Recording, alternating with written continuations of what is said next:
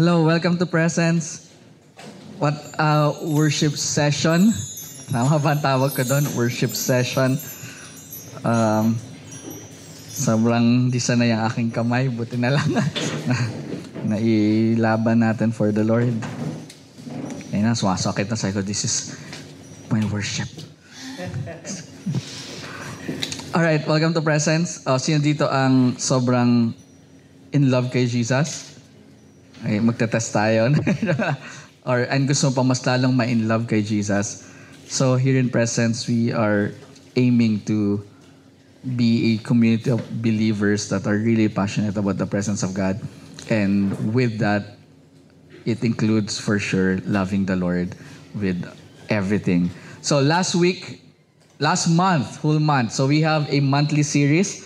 Kaya kung gusto mong updated, don't go sa social media. We don't post it yet. Sa social media natin, we are really treasuring the season of growing within this four walls. Tama ba? Hindi naman, labas naman tayo eh. But we're not really into social media. But last month, the whole month, we talk about life together.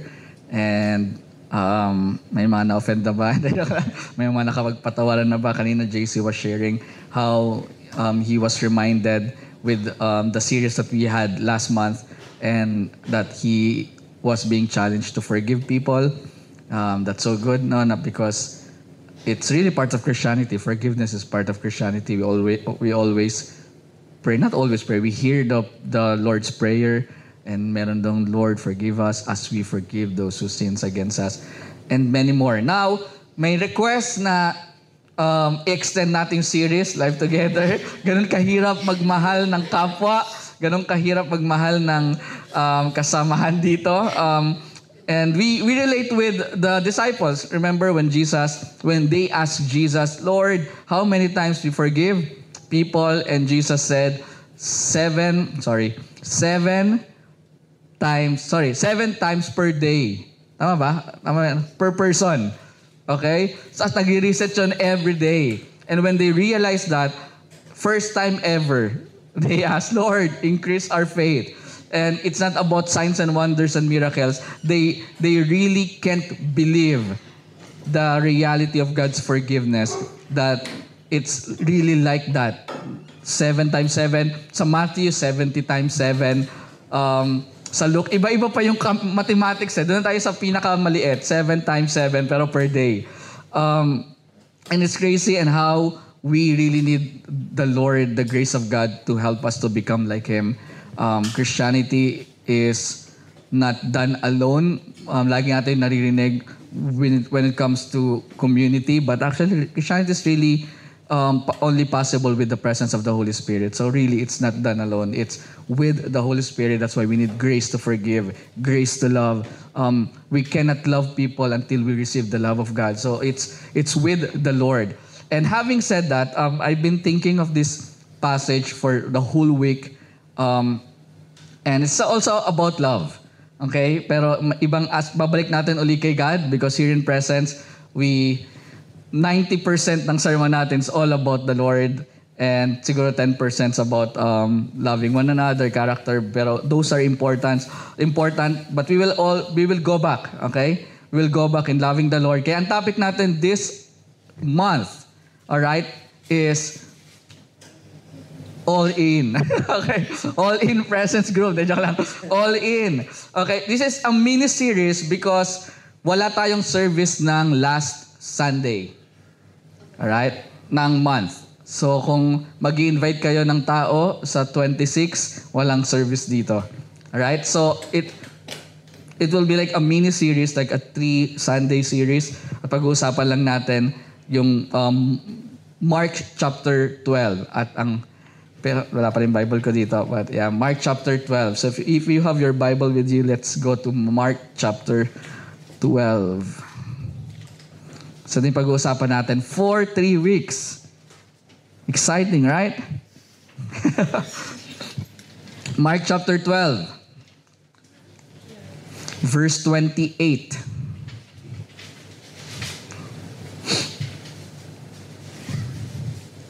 Doon na kayo? One of the teachers of the law came and heard them debating. So, sabihin na marami ng usapan na nagaganap dito for context. Noticing that Jesus had given them a good answer, he asked him, of all the commandments, which is the most important? Verse 29, the most important one, answered Jesus, is this. Hear, O Israel, the Lord our God, the Lord is one. Love the Lord your God with all your heart, with all your soul, with all your mind, with all your strength. The second is this, love your neighbor as yourself. There is no commandment greater than this. Well said, teacher, the man replied, you are right in saying that God is one and there is no other but Him. To love Him with all of our heart, with all your understanding and all your strength, and to love your neighbor as yourself is more important than all burnt offerings and sacrifices. When Jesus saw that he had answered wisely, he said to him, you are not far from the kingdom of God. And from then, no one dared to ask him any more questions. Right, let's pray. Holy Spirit, be with us, reveal Jesus to us, reveal the heart of the Father, Lord God, through this word. And I pray, Lord God, that we will receive the spirit of understanding and we will understand the revelation of your word in Jesus' name. Amen. Amen. You know, sometimes when you read the verses, the words of Jesus, especially in the Bible, lahat ng tayo nagbabasa ng Bible, di ba? But sometimes when you read the scripture, especially the words of Jesus, and even actually the words of the apostles, ma-realize natin, minsan sobrang simple lang talaga, pero mabigat. Right? For example, love the Lord your God with all your heart. Wala rin si simple yun eh. But mabigat, right? With all your heart, and then with all your soul, with all your mind, with all your strength. And it's crystal clear that, okay, God wants me to love Him with all of my heart, all of my soul, my strength, my whole being. All right, very clear. But when we try to practice it, then doon na nagiging mabigat yung mga bagay-bagay. Now, bigyan ko kayo ng context about Mark chapter 12. So this is called the Passion Week. So ito yung 1 week before the crucifixion. So pumunta si Jesus sa temple, nakipag-debate siya sa mga tao. So ang daming ng usapan for this whole week, ang daming questions na nangyari. So umabot na sa the Pharisees challenged him about taxes to Caesar. So ito yung verse 13. And then the Sadducees tested him on resurrection because they don't believe in resurrection. And then ito na yung the scribe or the teacher of the law approached and asked Jesus of all commandments, which is the most important. Now, this is not a random question na parang, may question ako. Same with the tax, same with the resurrection. It's a nation's debate. Alright? Common yon, hindi common yung pag-usapan na may resurrection ba o wala. The Pharisees versus Sadducees, lagi silang nasa debate. May resurrection. Kasi Pharisees believe that there's a resurrection. Sadducees believe that there's none. So, nagde-debate na talaga sila, including this, of all the 613 commandments, which is the greatest. Pinag-uusapan na nila to dating-dati pa. So, it's not really a new question sa kanila. So, basically, he's asking Jesus, from these 613, ano yung pinaka-the best? And then Jesus mentioned a passage in the Old Testament, in Torah, which is very familiar sa kanilang lahat, sa Jewish. Ang tawag niya dito is Shema. Narinig niyo na yung Shema? Alright? Hindi yung pagkain. Okay? Masarap na pagkain. Shema, hindi Yema, Shema. Alright, meaning ng Hebrew Shema is hear or listen. It's from Deuteronomy 6:4 verse 5. Yung hear, O Israel, the Lord is one. The Lord our God, the Lord is one. Love the Lord your God with all your heart, with all your soul, and with all your strength. And this Shema, if you are a faithful Jewish, you will recite this day and night. Okay, pagising, oh, hear, O Israel, love the Lord. The Lord is our God, the Lord is one. Love the Lord your God with all your heart, with all your soul, with all your strength.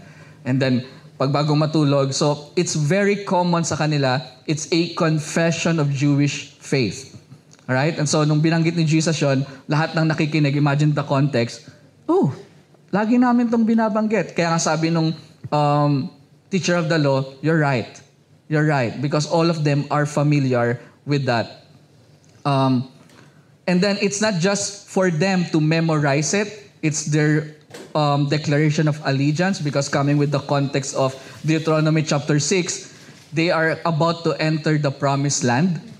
And there are many gods. Okay, so basically, what Moses was telling them, okay, choose your God. Okay, and the Lord, our God, sabi dun sa, pag binasa sa Deuteronomy chapter 6 or even dito sa Mark chapter 12, meron dong footnote. At ang sabi doon, makita mo sa footnote na hindi, the Lord is one or the Lord alone.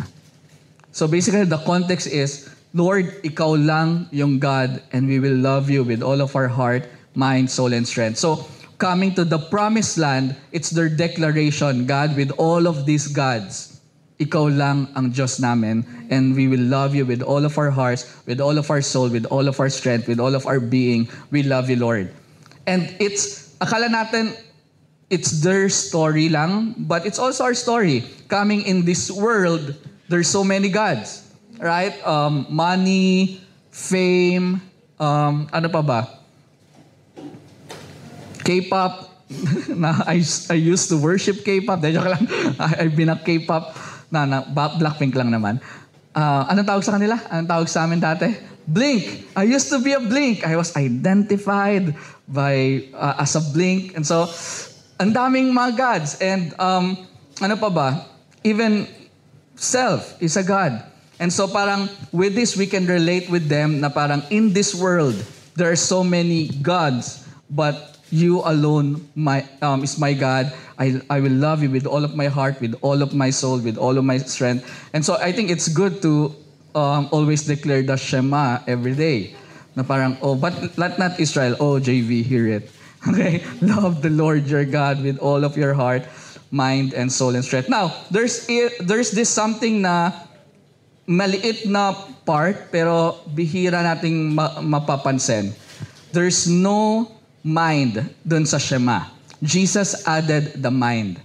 Okay, sa Shema is love the Lord your God with all of your heart, with all of your soul, with all of your strength. And then when Jesus recited Shema, he added mind. Love the Lord your God with all of your heart, mind, soul, and strength. Now, hindi siya nag-add ng word from that. Actually, mas naglagay lang siya ng emphasis, because the soul is mind, will, and emotion. And the context nila dito is not just the Israelites. They were living in Greek culture. Kaya ang New Testament, it's written sa Greek language, not in Hebrew language, Greek. Kumbaga, yung panahon nila Jesus, ang Greek ay English. Ang Hebrew, Tagalog. And lahat, sino dito marunong mag-English? Wow, lahat tayo. So ganito yung picture nun. All of them are Hebrews, but all of them knows how to speak Greek, because that's the dominant language and the dominant culture back then. And we know that Greek is intellect. And so when Jesus was mentioning this and answering this question, he addressed also the intellect of the Greek people, na parang, no, not just heart, soul has a mind. And so love the Lord your God with all your intellect as well, with all your soul and with all your strength. So ayun na naman yun. Kung mapansin nyo lang na bakit parang mas mahaba yung kay Mark and Matthew, because mas in-emphasize ni Jesus, naglagay si Jesus ng emphasis dun sa mind. Alright? Pero hindi niya sinasabing ang tao ay ito yung pagkahati-hati ng worship or even the love. Alright? Na parang, okay, ito yung mga compartmentalism ng loving the Lord. A heart, soul, mind, strength. No, it's the whole being of a person. That's why our series is all in. Okay, we will talk about how we can love the Lord all in. Okay, so yung mga all in. Alright, so meron tayong 3 weeks to talk about this, and hopefully even the whole October, we'll think about this. How can I love the Lord with my all in, my whole being? How can I love the Lord? Alright? And just i-add ko lang na parang sinama niya dito yung Leviticus chapter 19 verse 18, love your neighbor as yourself. And sabi niya parang these are the second greatest commandment. Just to mention lang na pinag-usapan natin to last month. Just loving one another, loving your neighbor as you love yourself. Alright? Now, all means in Greek, all. Wow! Totoo na tayo doon, okay? And so, notice that Jesus did not just say, love God. Ang dali na, di ba? Na parang, what's the greatest commandment? Just love God. Diba? Pwede yun. Minsan, naisip ko na parang, pwede na mas madali sabihin niya, love God eh. But he specifically mentioned, love God with this and that. Not just with this and that, all of your this and all of your that. Alright? So, all of your heart, all of your soul, all of your mind, all of your strength. And the problem with us is we try to complicate things at hindi natin minsan ang pagkakaintindi natin ito, how can I love God with all of my mind? May nagtanong pa nga sa akin, sabihin ba hindi na ako titigil mag-pray? Right? With all of my being is. Sabihin ba pag mamahalin ko si Lord with all of my heart, sabihin ba hindi na ako mag-work? Naisip niyo yun? Sabihin ba dapat 24/7, nasa kwarto ako, just loving the Lord with through worship, through songs. Naisip niyo ba yan? Na parang, how can I love the Lord kung nasa work ako at inis si Ivy sa boss niya? Okay? Then, ikaw yung boss, di ba? Yes! Si Vince Sara, inis sa akin.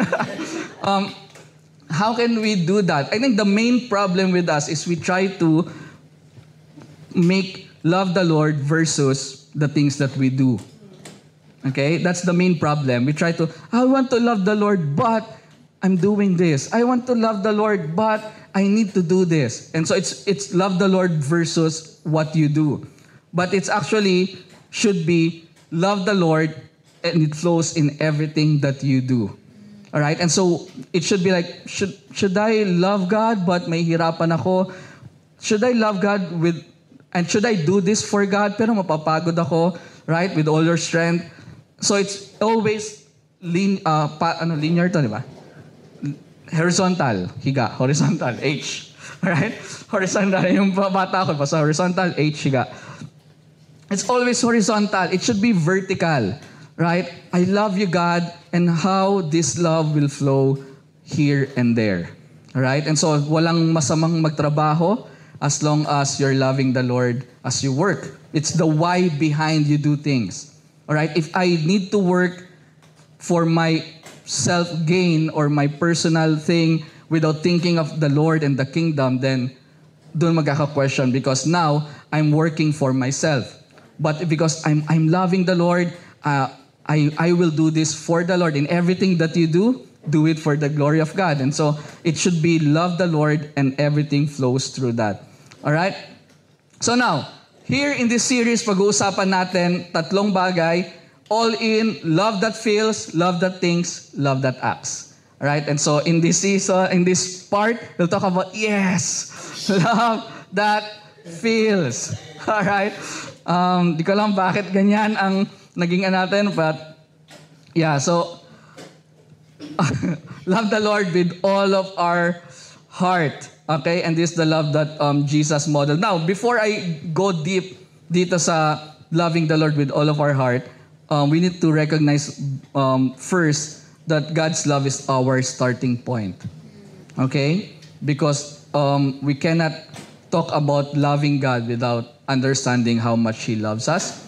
And sabi nga sa Bible, 1 John 4:19, we love because He first loved us. And so it's a response sa love ni God. That's why we can love Him. Right? So, ayun lang naman yan. It's response to His grace. When we truly encounter God's love, the only right response is to give Him everything. Okay? And so we just need to have that understanding. Okay, Lord, I now understand that you love me so much.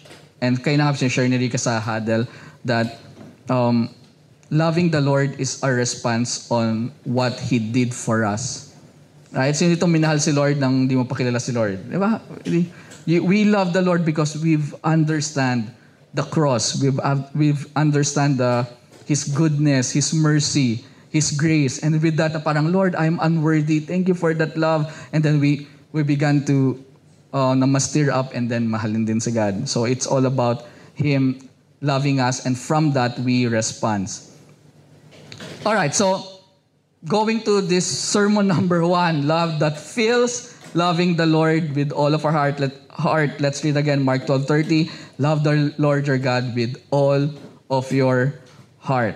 Now, sino dito ang nagsabi ng I love God? Yes, di ba? And sino dito ang sabing kayang sabihin na and kaya kong panindigan yon every single day? Okay, that's the point. Okay, my point is, it's easy to say, I love God. Right? Everyone can say they love God. I can say every single time, I love God, but I can be challenged in most days. Right? And lahat tayo nagtaas na yung kamay, and I see the hands. Okay? When it comes to confidence. All right? So, we can say it in a song, in a prayer, ano pa ba? Even mga quotations, right? It's easy to say, we love God. Even it can be a habit, right? I love you, Lord. Even we start prayer, Lord, I love you. Kanina we were singing songs, I love you, God. Habang kumakanta tayo ng I love you, Lord, makanta natin, I was thinking, Lord, these words are heavy. Actually, alam ko lang talaga yung lyrics, alam ko lang yung kanta, alam ko yung chords. Pero kung itigil ko lahat to, tiisipin ko, what we're doing and we're saying are heavy words. We love you, Lord. Ano yung last part natin? Lord, you are more precious than everything. Ang daling sabihin nun, but it's really heavy. Alright? It's really deep. And pag inupuan natin, baka at pag sinabi natin, okay, only sing this song kapag kaya mong panindigan, baka no one will sing. Right? No one will sing. Now, when it comes to loving the Lord with all of our hearts, nakita niyo mga puso na yan. Okay? Love that fills. Now, there's something about heart. I think the reason why Jesus mentioned heart specifically sa pinakauna, no, don't just love me. Basically, yung sinasabi ni God, don't just love me with all of your heart. Because heart is the core of your being. Okay? Proverbs 4:23. Proverbs 4:23. Above all else, let someone else guard your heart. Guard your heart. Right? And then sabi doon, for everything you do flows from it. Okay? So, Proverbs 4:23 says, above all else, ang daming pwedeng sabihin, pero sinasabi niya, now, you need to understand this. Above all else, guard your heart because everything you do flows from it. Lahat ng, sabihin, lahat ng ginagawa mo, it's from the heart. Alright?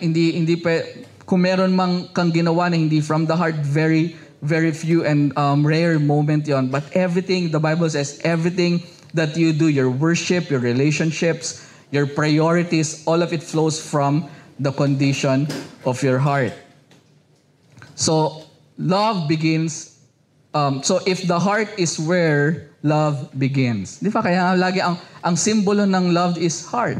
Nakita ka naman simbolo ng love na brain? Di ba?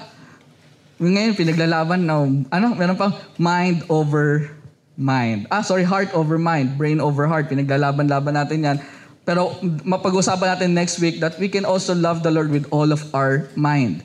Okay? Pero ngayon, dito tayo sa pinaka-common. Heart is where love begins. So, the question is, how's your heart? love ano pala to? What has your heart? Okay, I think that's the question that we should ask. What has my heart? Because the heart's direction determines the life's direction.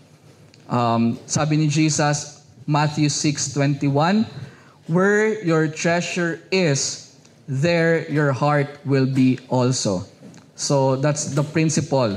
Where your heart, your life will always move in the direction of your heart's affection. Where your treasure is, there your heart will be also. Ano yung binavalue mo ng todo, dun ka papunta. Alright, so your heart's direction will be your life's direction. So ganun siya ka-importante. Okay, so kung saan ka papunta, makikita mo na lang, kung marami kang desisyon na pinagsisiyan sa buhay, at marami kang parte ng life na hindi mo dapat pinuntahan pero napuntahan mo, pag pinrases mo yon, it will end up, that's my desire back then. Okay? So where your treasure is, there your heart will be also. You will move in the direction of what you loved most. If your heart is set on success, you will chase what?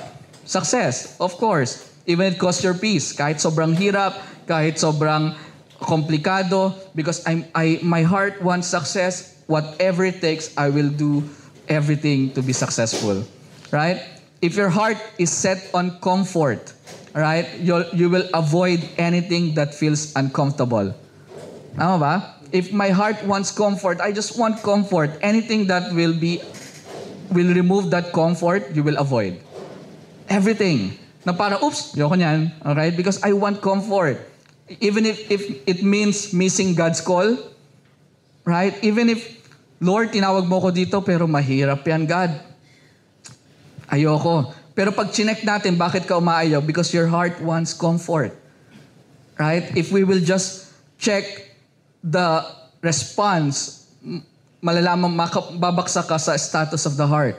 Alright? So if I want comfort, I will avoid it even at the expense of missing God's call. If my heart is set on people's approval, I will spend my days trying to please everyone. Right? See, bagong damit. Bumili pa ako ng bagong damit. And it's even at the expense of pleasing the Lord.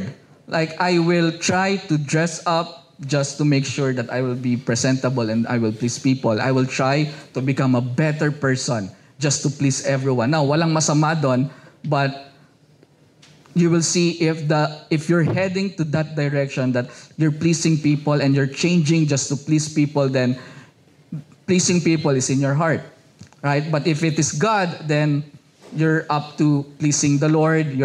Everything that you do flows from, Lord, I want to please you. I will do this. I will become better because I want to please you. This is making sense? So if your heart is set on Jesus, everything else starts to align. When He becomes our treasure, our priorities begin to shift. Right?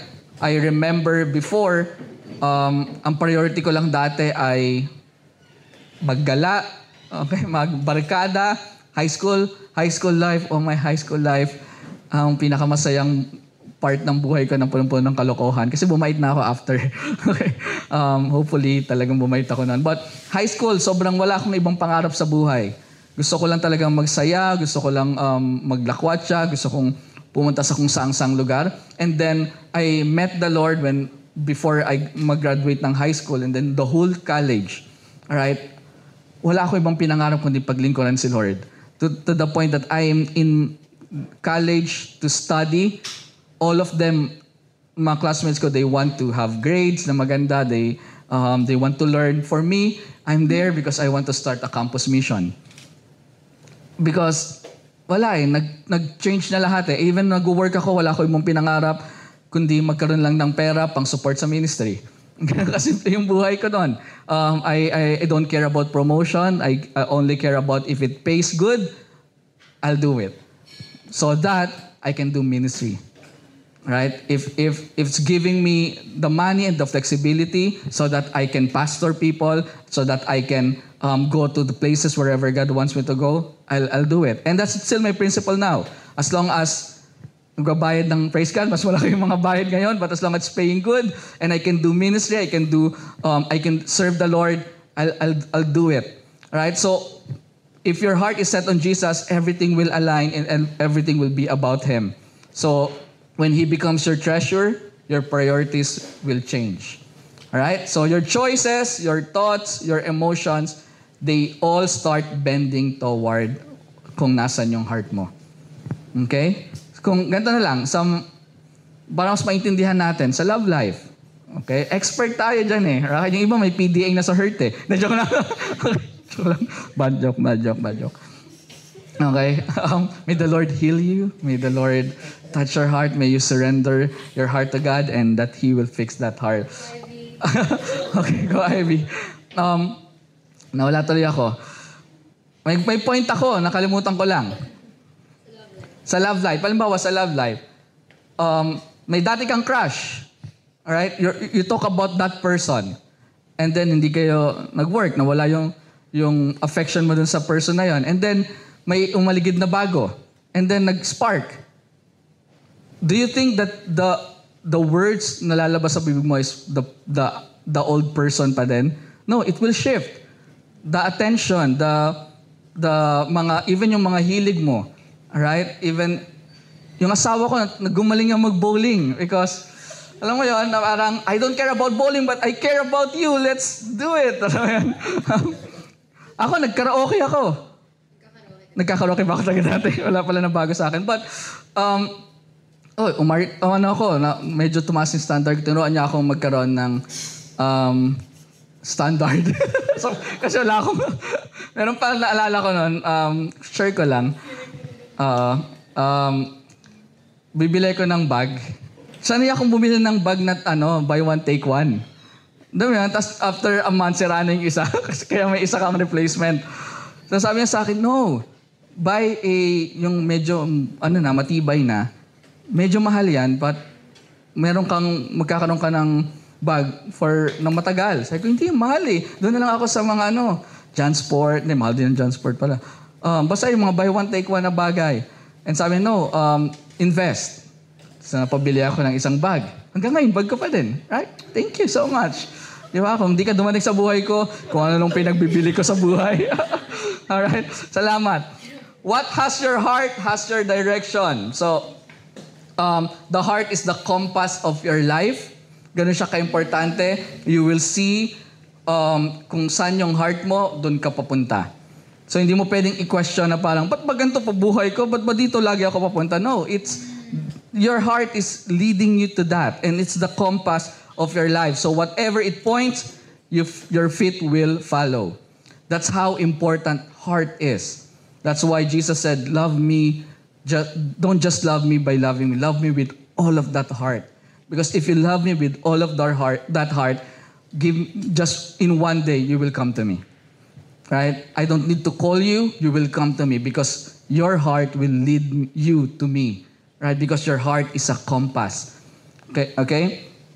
And again, Proverbs 4:23, nabasa natin kanina, for everything you do flows from it. That's why we are commanded to guard our heart. No one should guard it for you. So let's debunk the belief that, no, the guy should guard your heart. No, the guy should be mature enough na parang wag kang pasahin or actually maraming babae nagpapaasa na just to balance lang, di ba? Di ba? Actually na lang, ayun pala, bro. Layo mo dyan, okay? Just to balance lang, no? But the point is, regardless of your gender, it's your responsibility to guard your heart. And the reason why it's your responsibility because no one can guard it for you. And even God Himself, He said, you should guard your heart. Because the moment you open that up to something na hindi si God, then it will fill you and suddenly everything you do will flow from that. That's how tricky and important guarding your heart and your heart is. So your worship flows from it. You know that? Our worship flows from the heart. Your relationship flows from the heart. Your generosity, your words, your integrity, all of it is a reflection of what's happening in your heart. Okay pa ba ang puso mo? May laro ako ng dati. Okay ba ang heart mo? Right? Is your heart okay? If your heart is filled with bitterness will spill out. Right? Minsan hindi mo kailangan kung hindi ka involved dun sa any situation, para ka lang isang dayo na, nangyari ba sa inyo yun? Napunta ka lang sa kwentuhan ng mga magkakaibigan, tapos hindi ka talaga totoong friend nila. Hindi, pangit kayo. Hindi ka talaga friend nila, pero na-involve ka doon, and you will hear their conversation. Hindi ko lang kung ganun kayo, but I can hear, oh, that's so bitter. Right? There's so much bitterness with the words dun sa isang friend. Ako, oh, there's isang friend. Alright? Because bitterness will spill out. And they don't need to tell you that they are bitter sa person na yun. It will spill out. Alright?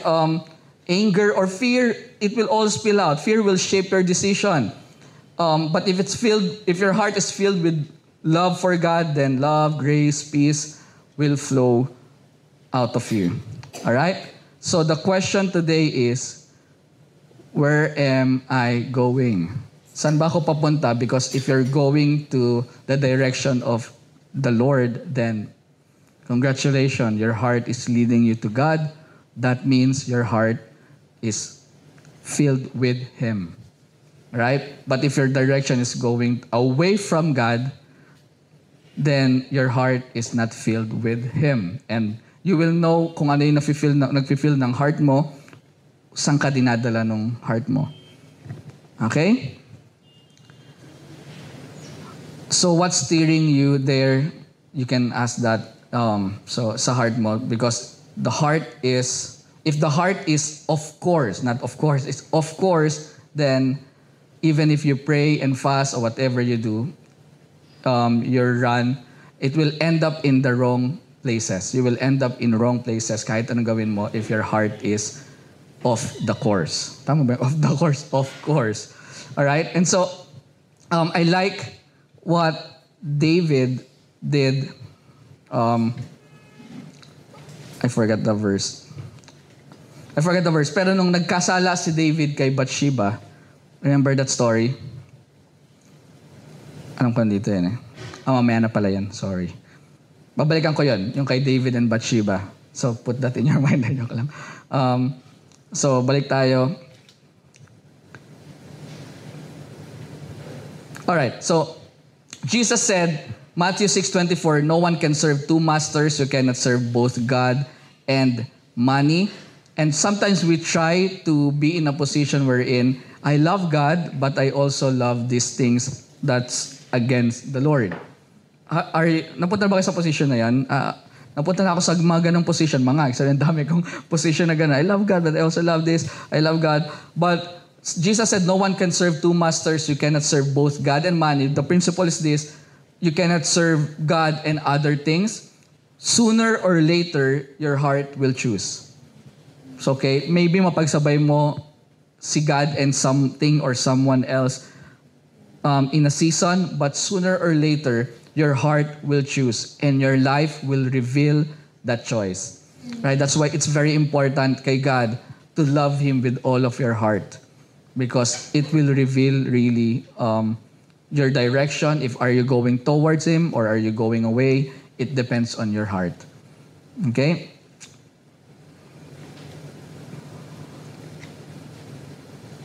Okay, and then sa kanina nga 'di ba sabi ko na parang andaling sabihin na we love the Lord.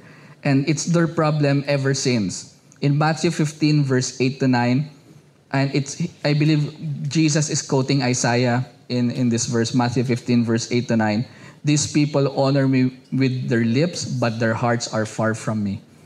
So ever since, this is a problem.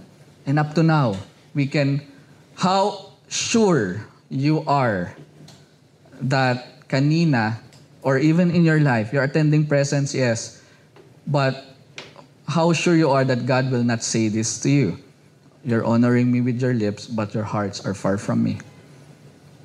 Oh, I'm attending presence. Actually, hindi naman nagme-make sense kung attend ka ng presence or whatever church that you will attend.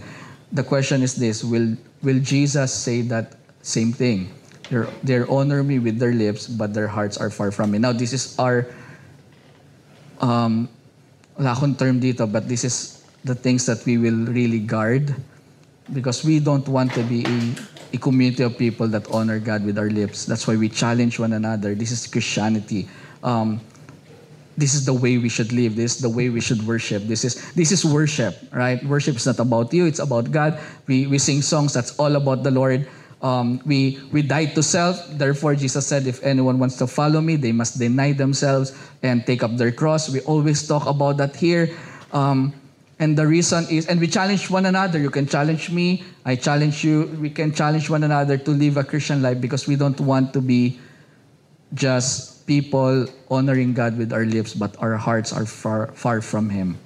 Right? And so, it's not just about what we say or do. It's the heart. All right? So, and they worship in vain. Their teachings are merely human rules. These are Pharisees. And we don't want that. They are very active. Okay? The Pharisees are the most active and the most prestigious religion back then. But Jesus mentioned this Isaiah to them. Their lips their hearts are far from me.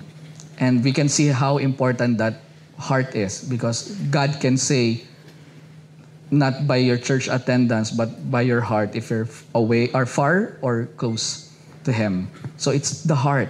It's the heart that will dictate if you're far from God or close to God, or are you going to be closer to God, or are you going to be farther from God? Your heart will dictate that.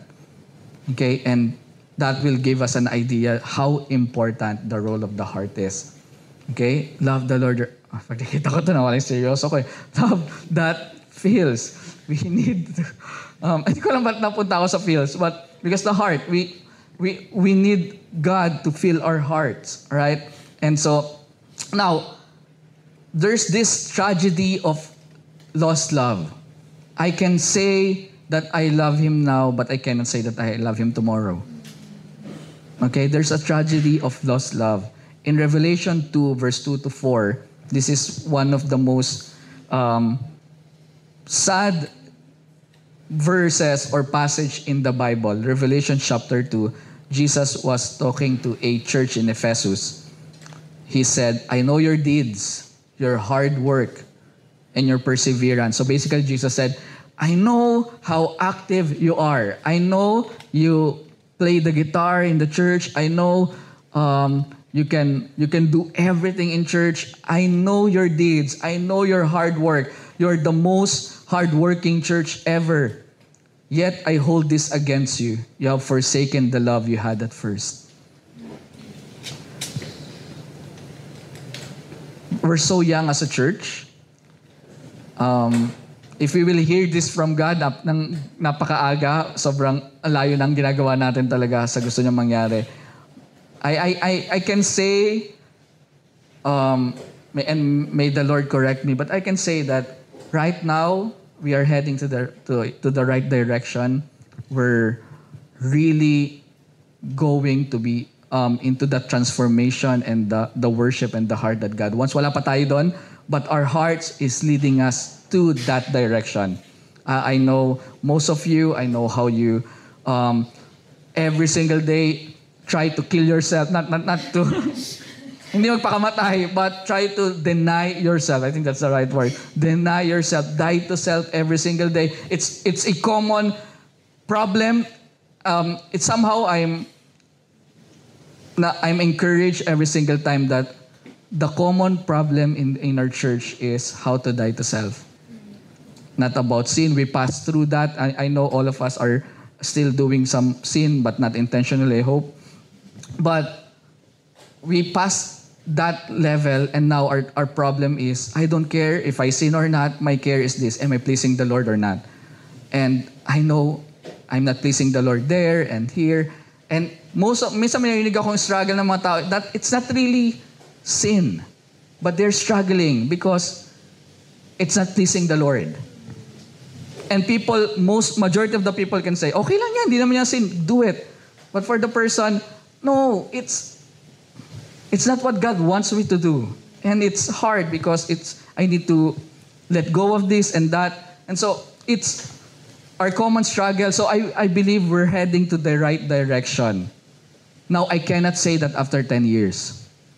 Because maybe after 10 years, we can be the church in Ephesus.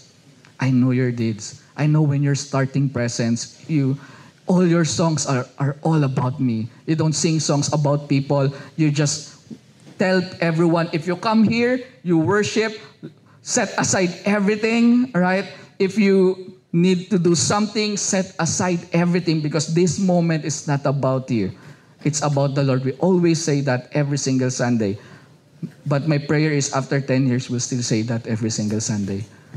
I know you have a problem, but when we say worship, it's about Him.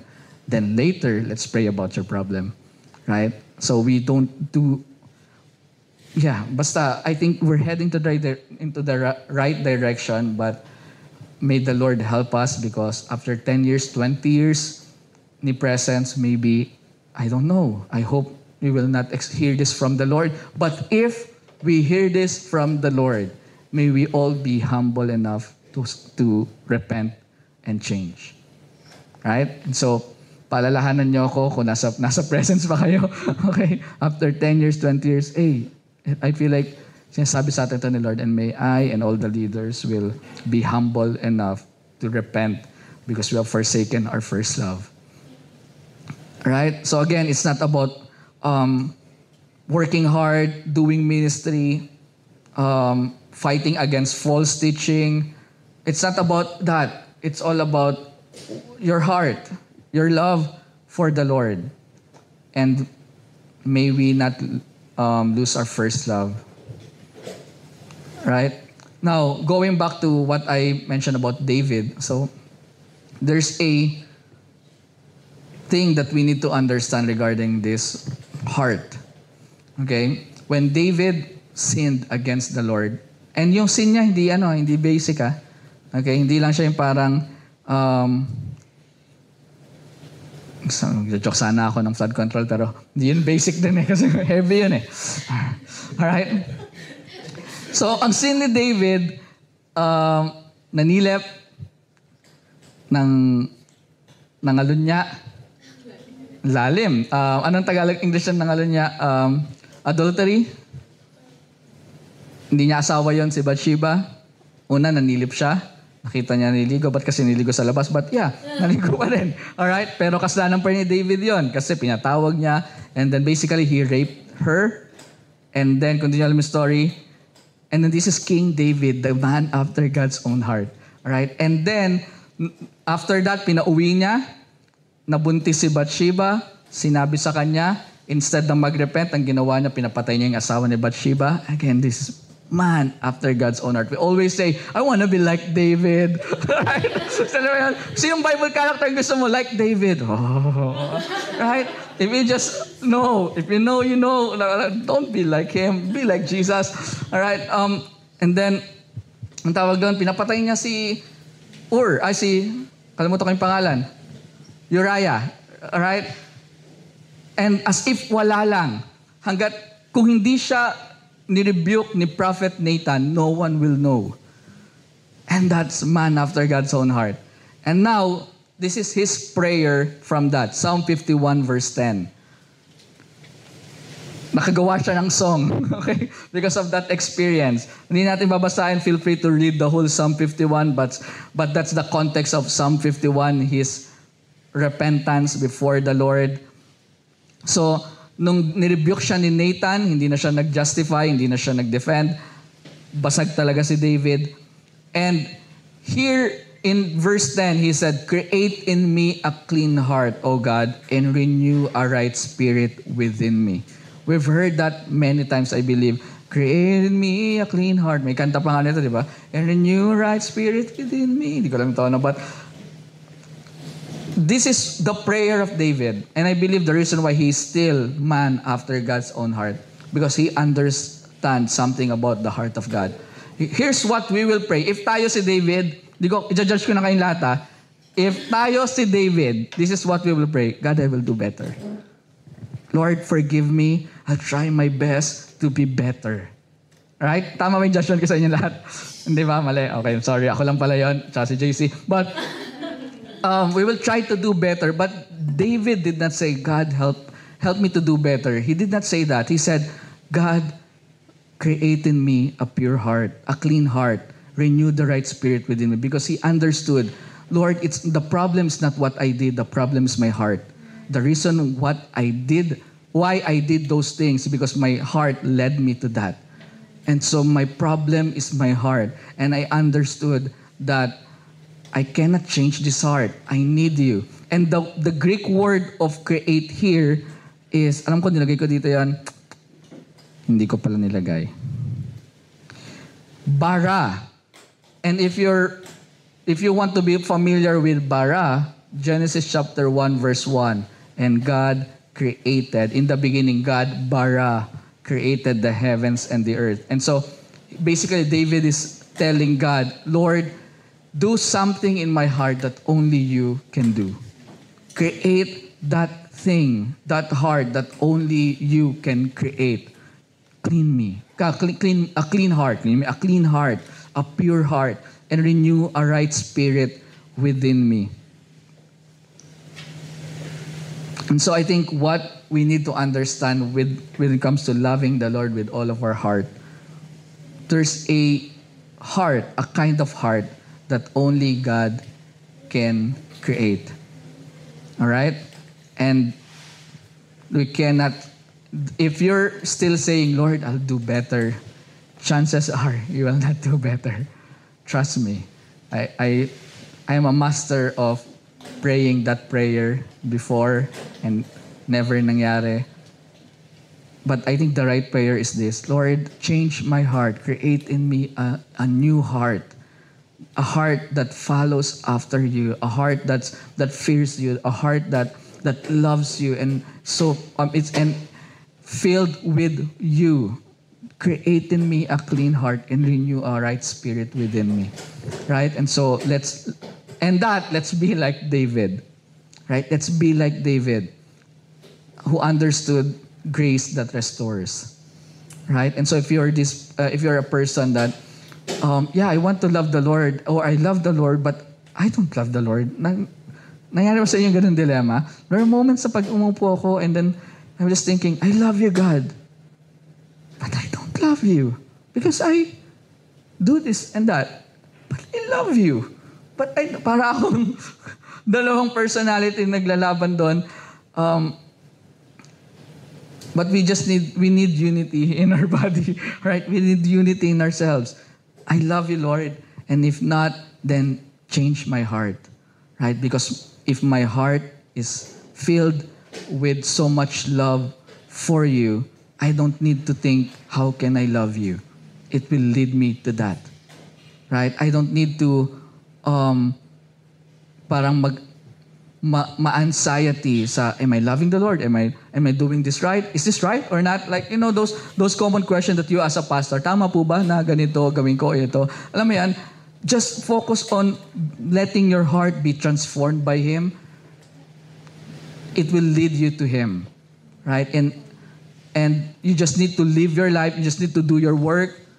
Or kung estudyante ka, do your assignment, your school. You just need to do your life and it will lead you to God. Just focus on your heart. Create in me a clean heart and renew a right spirit within me.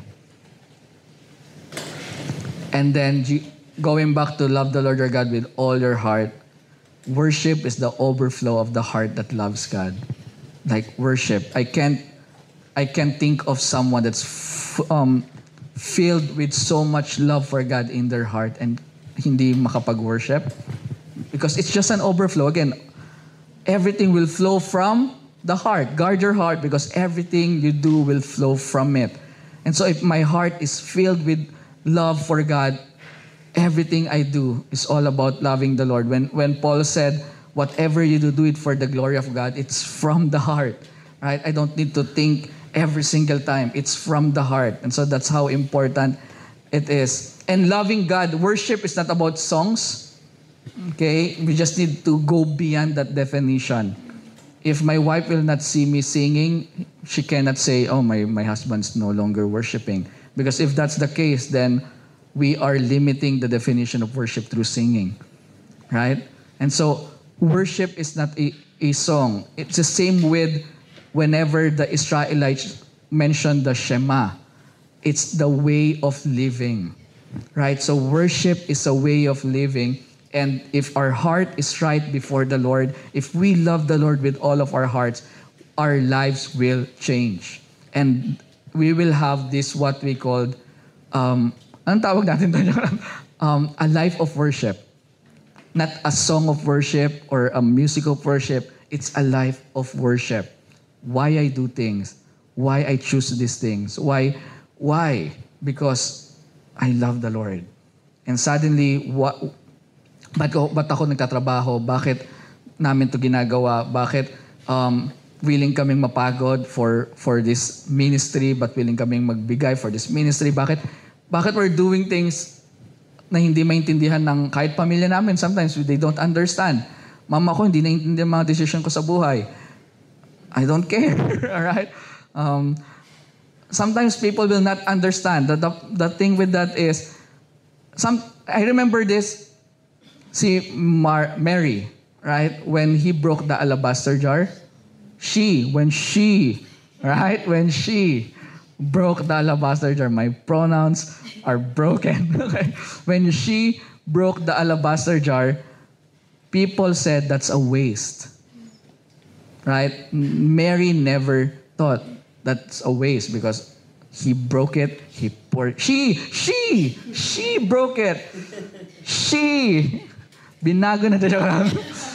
And then they will add more pronouns. My God, that will be a problem for me. Alright? Just he, she. That's fine. Dito lang ako sa dalawa. Magkakaday pa. No. Alright? So, she, right, broke it. And then people who are not in love said, it's a waste. Right? It's always costly for people who are not in love. It's always. And so if serving the Lord feels like costly to you, go back to your heart. Because it will always costly. Like, ang hirap naman ito. It will always costly for those people who are not in love. Because if you're in love, nalala ko yung kwento ng isang pastor sa dati kong church. Meron siyang niligawan sa taga-Taft. Yes! Pero taga-Novaliches siya. Malayo ba yan? Malayo yan, di ba? North to south. Basically, north to south. Right? And lagi niyang hinahatid, susunduin. Tapos tawa ako hindi sila nagkatuluyan. Ayun yung malala doon. Tapos finish din niya yun na hindi sila nagkatuluyan. Pero tatawa ako, parang sinasabi lang niya, but that's love. Di ba nga hamakin lahat? Mapalapit lang sa'yo. Right? And for people na hindi naman in love doon sa girl na yon, no way. That's a waste of my time. That's a waste of my effort. That's a waste. But it proves the point. It's always costly for those who are not in love.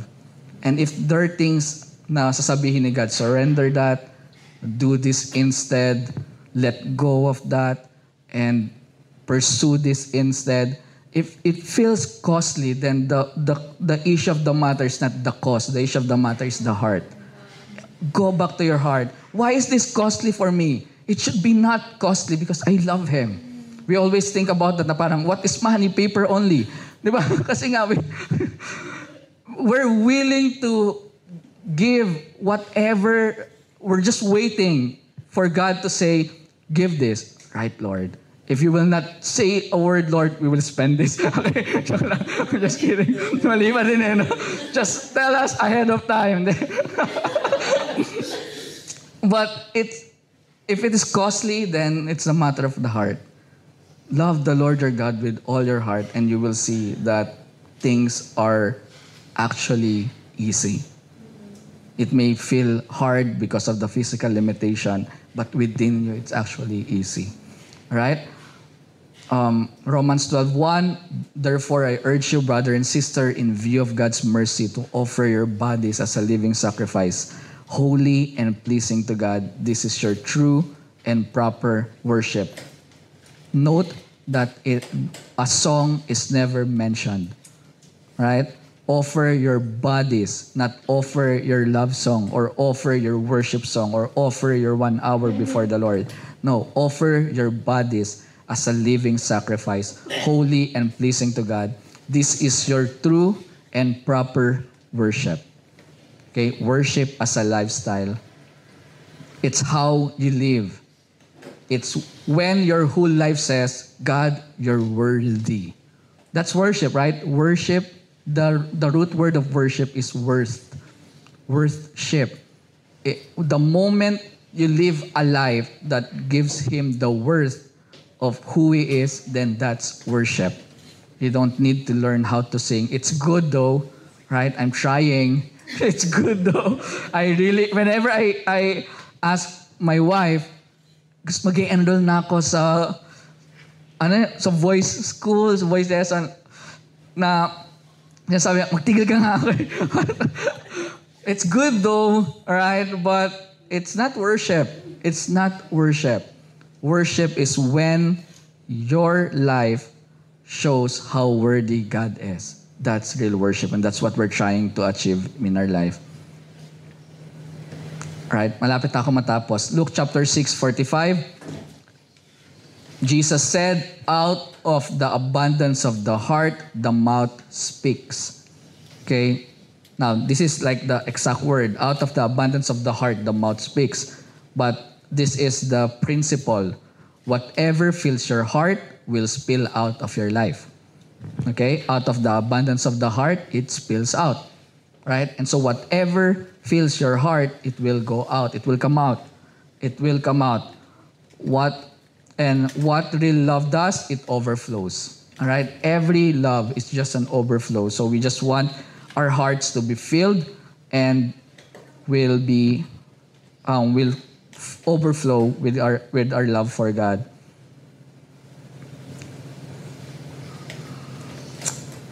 Yeah. So I think Colossians, binabanggit ko kanina, Colossians 3:23, whatever you do, do it with all your heart as unto the Lord. Whatever you do it with all your heart. So every moment can be an altar if your heart is, if you love the Lord with all your heart, every moment can be an altar. You don't need Sunday to worship because everything that you're doing will be a worship, right? And I think that's what God is looking. True and proper worship is when your body, your life is a living sacrifice.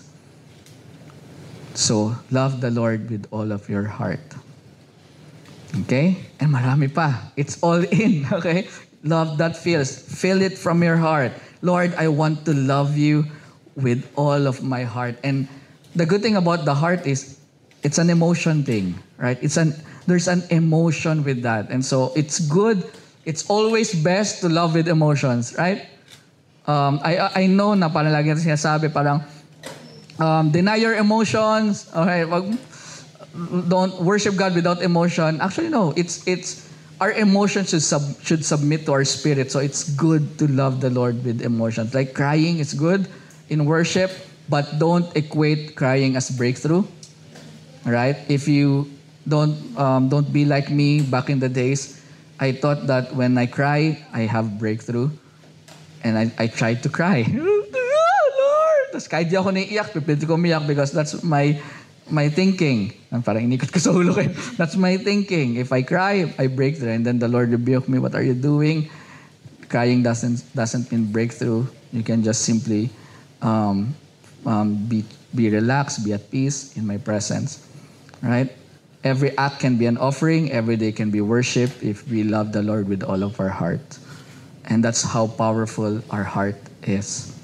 That's why we need to make sure that our heart is in love with Him. If not, the danger of our heart is the heart is deceitful above all things.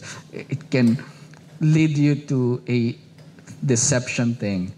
That's why our heart must love Him with all of our heart. We must love Him with all of our heart. All right, so what we will do this afternoon, we will love the Lord with all of our heart.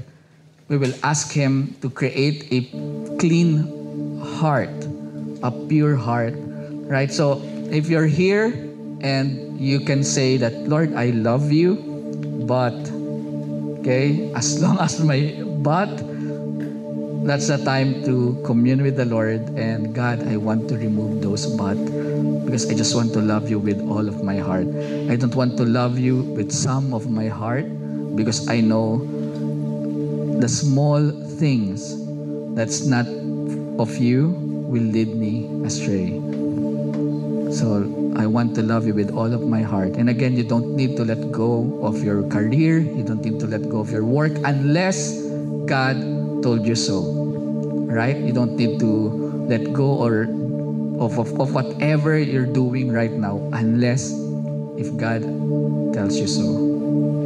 Right? And if God tells you to let go, if it is expensive or costly, then change the heart. Ask the Lord to change your heart because it's always extravagant for those who are not in love. All right, can we all stand?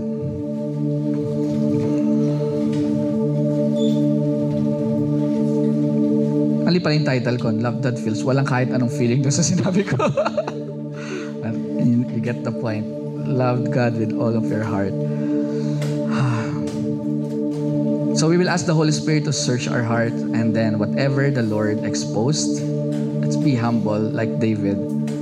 and ask, God, create in me a pure heart, a clean heart. Holy Spirit, we want to love the Lord our God with all of our hearts. And contrary to most of what we hear about this, that it's hard, it's impossible, and yet, yes, it's impossible if it's just us, but we have you, Holy Spirit. We have you, and so this is possible with you. So Holy Spirit, create in us a clean heart and renew a right spirit within us. We want to love the Lord our God with all of our heart. And if God is asking you to surrender your heart, just with your own words, just surrender your heart to God.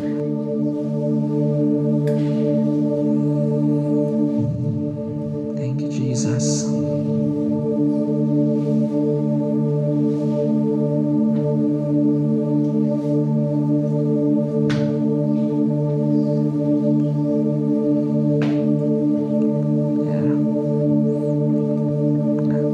Have your moment with the Lord.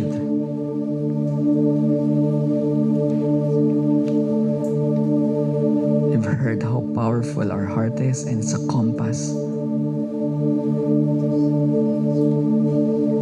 So Lord, create in us a new heart that is so in love with you.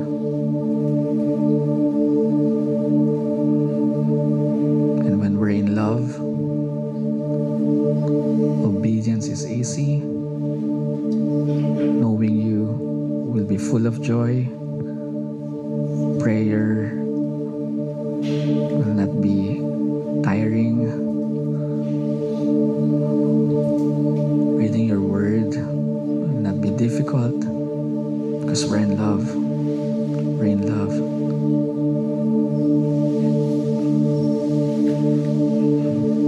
There's something about being in love that makes things easy and not a sacrifice. And so Holy Spirit, make us all in love with Jesus. Make us all in love with our God. Oh Lord, we want to love you with all of our affections, with all of our hearts. Not songs, Lord, our whole hearts. Our hearts. Thank you. Thank you, Jesus.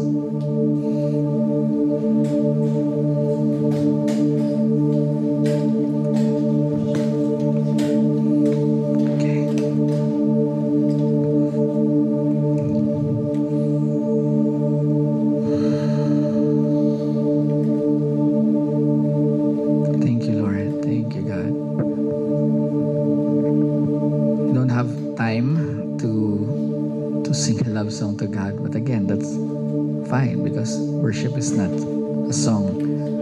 So I think it's best to really catch the revelation of worship. It's more than a song, it's a lifestyle. It's the way of living. Worship, love the Lord with all your heart. And in the next 2 weeks, we will talk about loving the Lord with all of our mind and loving the Lord with all of our strength. We will skip the soul part because when I try to study it, the soul is really who you are. So it's still the summary of everything, like love the Lord all in, right? So we will talk about the mind. It's easy to identify loving the Lord with the heart, but many people will find it hard to love the Lord with their mind.